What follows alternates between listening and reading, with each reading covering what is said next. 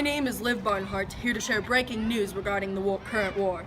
The year is 1942, just 1 year after the U.S. first initiated our involvement in the World War II.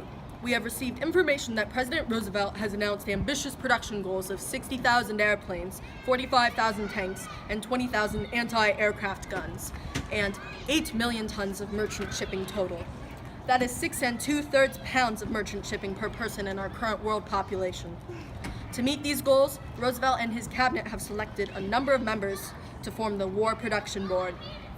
This board's job will be to convert America's current consumer-geared factories into production plants that are geared toward military-grade material production.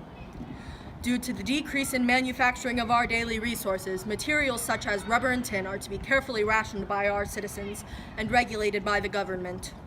Use only what you need, as we are uncertain of how long these conditions will last. With new tax regulations being set across America comes a drastic increase in charges for the average American household. Here we have Danny with some questions for Rob Banks, a man who feels he has been personally impacted by these raises in taxation. Thanks, Liv. Rob, how do you feel about the increase in your taxes? While I'm not opposed to our involvement in the war, I feel cheated out of my hard-earned money. I feel that there are other ways to raise the funds without requiring I pay against my will. What are the other methods of raising the amount of money necessary that you would find more effective? Well, I heard about those war bonds. You know, the program that Batman was promoting, I support that option entirely. What do you know about war bonds? Let's think. I know that workers willing to spend the extra money along with the banks and my corporation can choose to purchase these war bonds, which loans the government a portion of money carried by consenting workers to go towards production funds for the war. Thanks, Rob. Back to you, Liv. Thanks, Danny. To hear more insight regarding the topic of taxation raising in our nation, I'll leave you with McKenna Hoffine, coming to you live from the White House, who has some questions for President Roosevelt. Thanks, Liv. Pleasure to speak with you, Mr. President. Tell me, why have tax rates reached up to a whopping 94% in households with high income? They help to pay for means necessary to survive the current war. But isn't it true that these taxes are still only covering 41% of the funds needed?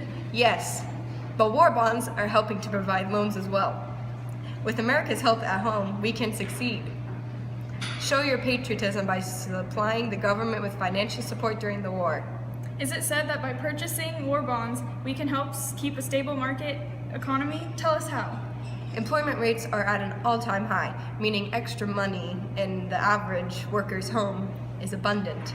But with an increase of military production, the production of normal household items is at an all-time low. This means that the prices of these manufactured goods are inflating rapidly. However, by spending any amount of money on war bonds, less of your money will be wasted on household products, leading to the lowering of the prices of these said items. This being said, your participation and patriotism also protects your community from the inflation. Wow, that sounds truly beneficial to our nation. Thank you for your time, Mr. President. Back to you, Liv. Thanks, McKenna. Well, you heard it, folks, from the president himself. With the raise of taxes, military production, and war costs, our nation needs your help.